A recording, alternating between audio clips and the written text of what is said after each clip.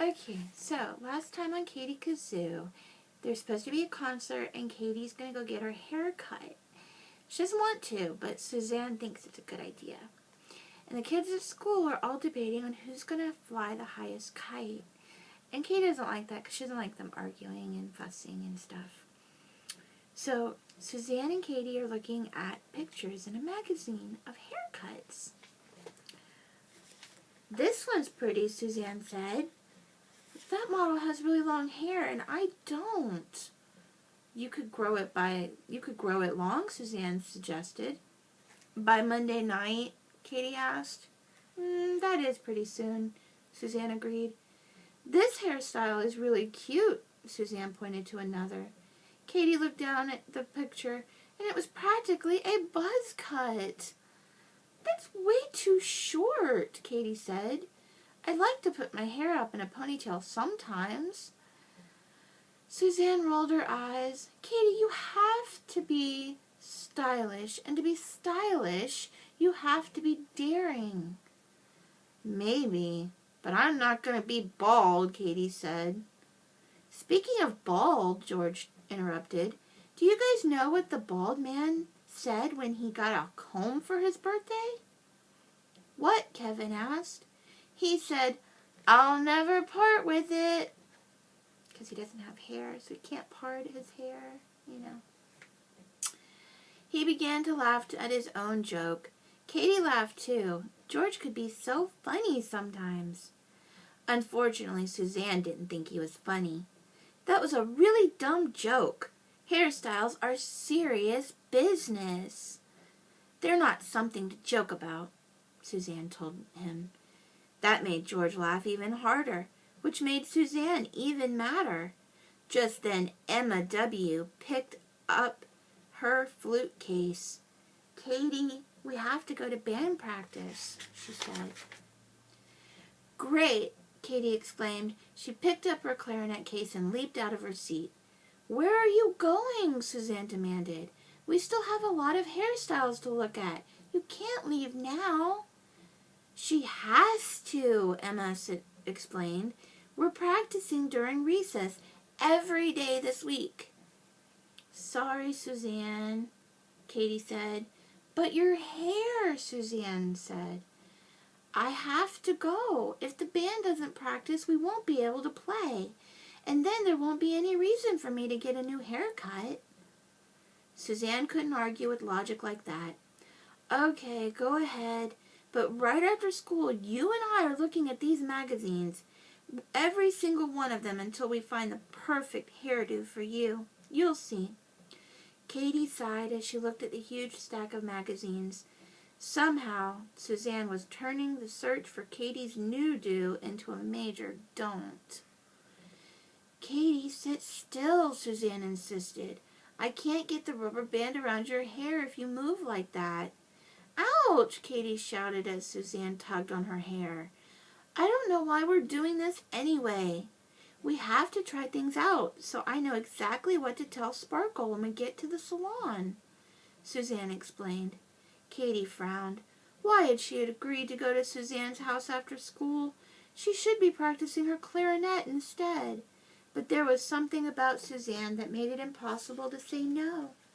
So for the past hour, Katie had been sitting in Suzanne's bedroom, having her hair yanked, combed, tied, and curled. Ow! Ouch, Katie cried again. What are you doing now? I'm teasing your hair. What do you mean, teasing? What are you teasing me about? Katie asked. No, Suzanne giggled. I meant I'm teasing your hair. I'm holding it at the ends and then combing it up instead of down. Teasing makes your hair more poofy. Why would I want poofy hair? Katie asked. It will look absolutely great, Suzanne assured her. Trust me. Katie sighed. If it looks so great, why won't you let me look in the mirror? Don't you want to be surprised? Suzanne asked. No. Katie did not want to be surprised. What she wanted was to go home and to practice her clarinet. You're going to look so amazing. All the other moms and dads will be looking at you instead of their own kids, Suzanne continued. Katie frowned. She didn't care about the other parents. She just wanted her own dad to be there. But he was leaving tomorrow on his trip and wouldn't be home till Tuesday.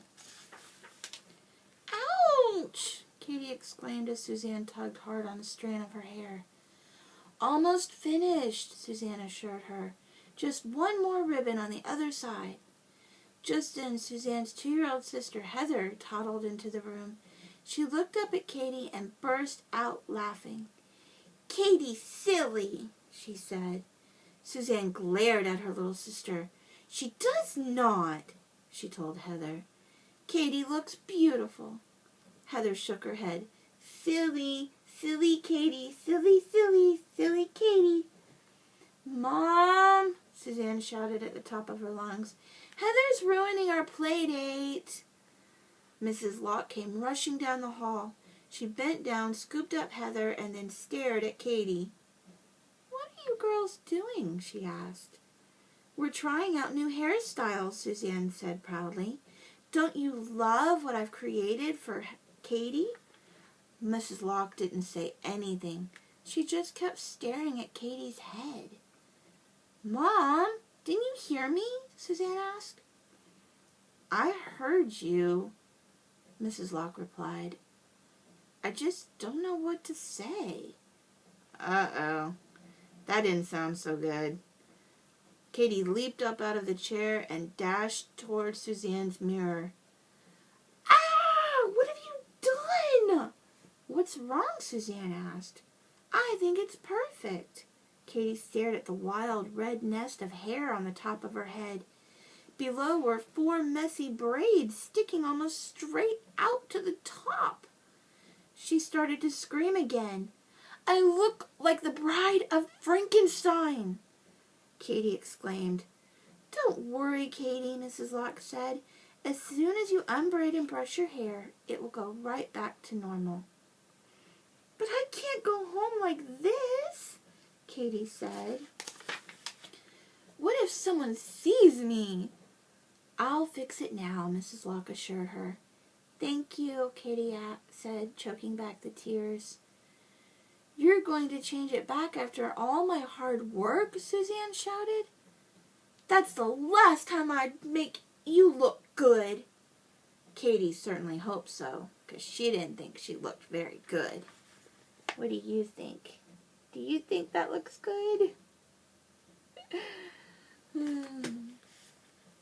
The next morning, Katie had pushed all thoughts of her hair out of her head. She couldn't help feeling really sad when she kissed her dad goodbye. I feel just as bad as you do about missing the concert, Katie's father told her. And Katie knew he meant it, but it didn't make her feel any better. And to make things worse, she was really tired. She'd spent most of the night reading a book about things that glided, like flying squirrels, hang gliders, and of course, kites. Katie couldn't wait to tell Mr. G all the things she learned. Of course, Katie wasn't the only 4th grader thinking about how to fly kites.